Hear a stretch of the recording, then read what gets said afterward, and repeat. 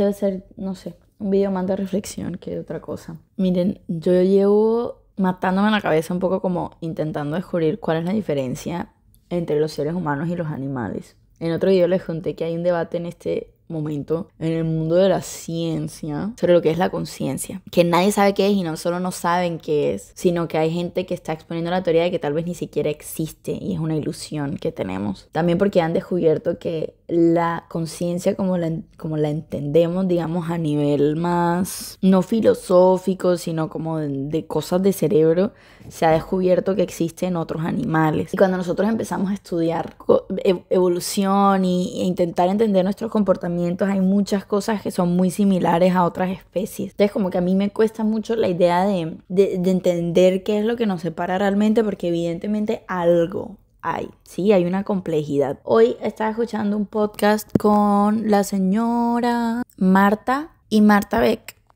dice que uno de los diferenciadores más grandes que sabemos, digamos, que tiene el ser humano de otras especies es la conciencia de su propia mortalidad, y que esto lo que genera es una búsqueda de propósito, porque somos los únicos que tenemos conciencia sobre el hecho de que nos vamos a morir constantemente, que es algo muy extraño de pensar, como que otras especies no lo hacen, y pensar que tal vez ellos no tienen crisis existenciales porque no tienen noción de un final. Esto me hace pensar mucho en las religiones, que para mí son, después de la neurociencia, lo más fascinante del mundo, porque las religiones parecen buscar todo el tiempo aliviar justamente esta incertidumbre que viene de la mano de ser finitos, ¿no? Yo hablé un montón del ego y hablé un montón de por qué hay un libro que se llama El arte de amar, de Erich Fromm, y el libro empieza diciendo que el gran sufrimiento, o sea, que el sufrimiento del ser humano en realidad está dado por el verse separado del resto de la humanidad. Y él pone ejemplos en la naturaleza y dice como que el árbol, por ejemplo, no cuestiona su rol dentro del espacio en el que está,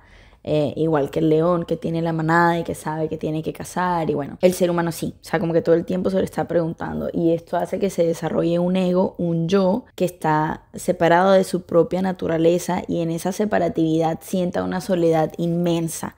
Y es muy bonito porque esa es la introducción del libro al amor, y entonces la manera en que él habla del amor es como la única forma de reconciliarnos con el hecho de que somos humanos. Es lo que une la brecha entre el ego y el resto de la sociedad, que para mí es un concepto absurdamente precioso y especial. Al lado de esto hay otro concepto que menciona ella, que creo que es africano, sudafricano, no sé muy bien, que es la palabra Ubuntu. Ubu significa convertirse. NTU, Untu, significa persona.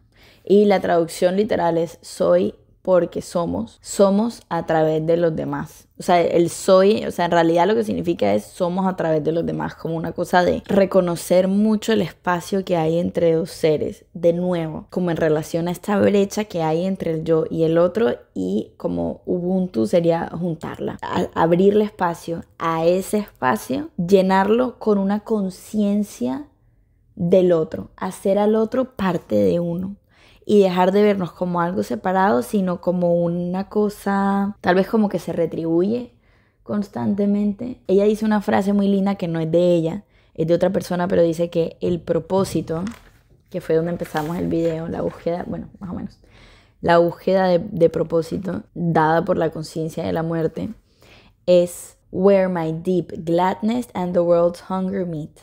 El lugar donde mi alegría profunda, lo que me da motivación, el calorcito ese que siento adentro como muy íntimo, y el hambre del mundo se encuentran. Si todos cargamos, digamos, partiendo de la idea de que todos sufrimos, y que todos sufrimos porque no sabemos cuál es nuestro propósito en la vida, pensando el sufrimiento como cualidad innata del ser humano justamente por esa conciencia de la muerte, se repite mucho esta noción de vacío y de separatividad en relación a lo externo. Y tiene sentido porque entonces muchas de las religiones y cosas que lo intentan resolver hablan de una muerte del ego, de la necesidad de deshacerse de él o por lo menos reconstruirlo. Yo estoy muy en contra de ese discurso, creo que el ego es fundamental en sociedad y debe ser cuidado, pero me gusta esta idea de Ubuntu porque es, digamos, esta puede ser la continuación al video del ego, porque el Ubuntu lo que hace es un poco hacer lo que yo menciono en las conclusiones de ese video, que es como que empezar a tener un ego que no nos separe de la sociedad, sino que al contrario nos una aún más, llene como ese vacío, porque inevitablemente hay una humildad en el reconocimiento del otro y de la vida cuando uno deja de ser el centro y empieza a ubicarse a través de los demás, a reconocerse como una expansión del otro. Y en ese sentido el propósito está muy ligado a los demás. Pero hay un problema y es que nosotros no tenemos control sobre cómo reacciona el otro frente a uno. Frente a este problema, digamos, porque si yo te digo tu propósito en la vida, entonces es que tu mensaje llegue a la humanidad. Bajo esta idea también de comunidad, de Ubuntu, de lo que sea. O tu propósito en la vida es, no sé, una ciudad. Nada te garantiza que no solo que vayas a tener éxito, sino que lo vayas a poder hacer o que la gente vaya a ser receptiva a tus ideas o a quien tú eres. Sí, o sea, como que hay un montón de cosas fuera de control. Otra idea entonces que traigo, digamos, para intentar resolver este problema es no intentes sanar a nadie, sino a ti mismo. O sea, solo concéntrate en ti. ¿Por qué? Porque la luz que eso trae de sanación va a afectar inevitablemente a la gente a tu alrededor. Robert Sapolsky es algo muy lindo porque dice que no tenemos libre albedrío, pero es una belleza porque la manera en que lo dice es que no tenemos libre albedrío porque todos somos resultados de un montón de cosas que están fuera de nuestro control, de nuestra crianza, de las cosas que nos han pasado, de nuestra biología, de millones de años de cultura.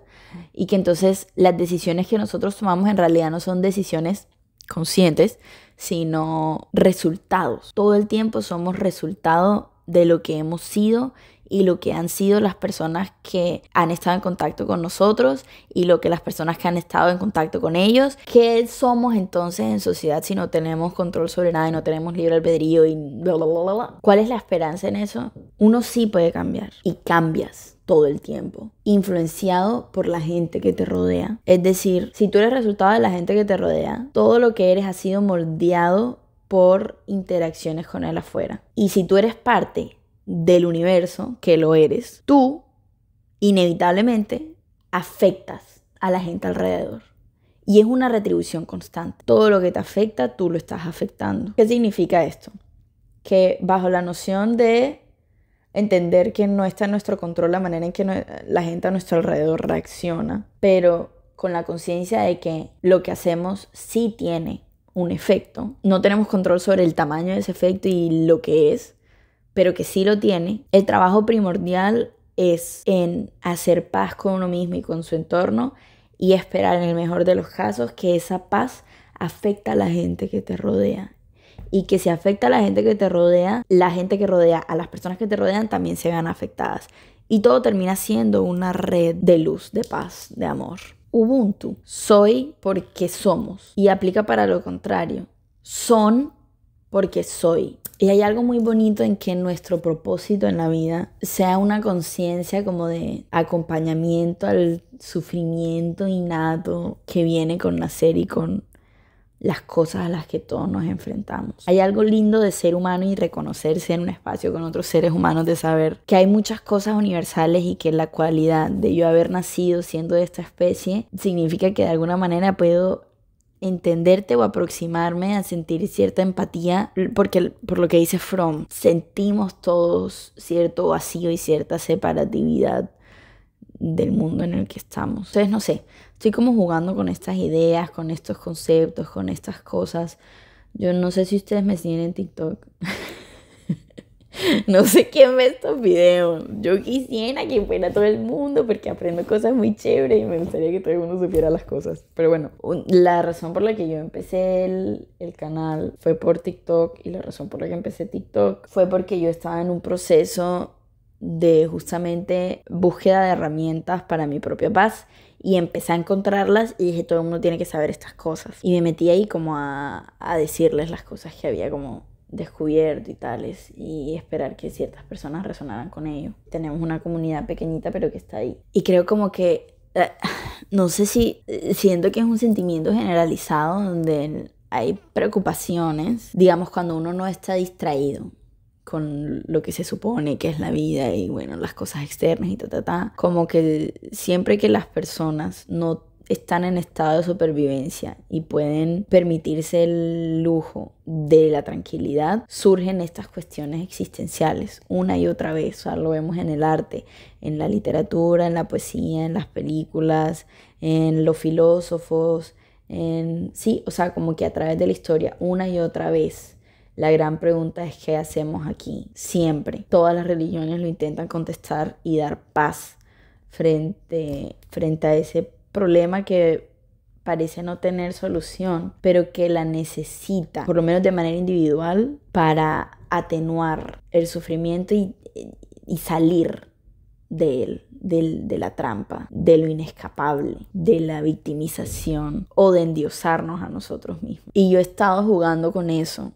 O sea, en mi cabeza como dándole vueltas, y como que estos conceptos que traigo hoy, las cosas que he aprendido, que he estado como pensando, siento que hilan como una cosa que a mí me funciona y me parece muy linda, en el que no hay lucha, ni hay culpa, ni hay resentimiento, ni hay sufrimiento, justamente en la búsqueda de atenuar el sufrimiento, sino mucha calma, mucha paciencia y mucha paz en la idea de que vine a amarme, y con ese amor que yo me doy puedo darle a los demás, y eso genera una ola de amor que hace que incluso una persona que yo ni siquiera conozco pueda sentirse un poco menos sola o un poco menos triste, cierto alivio frente a lo difícil que es a veces vivir. Y ese es el videito de hoy y espero que les haya gustado. Me cuentan qué piensan, si tienen pensamientos. Los quiero. Amo, se merecen amor siempre. Miren cómo vibra mi corazón.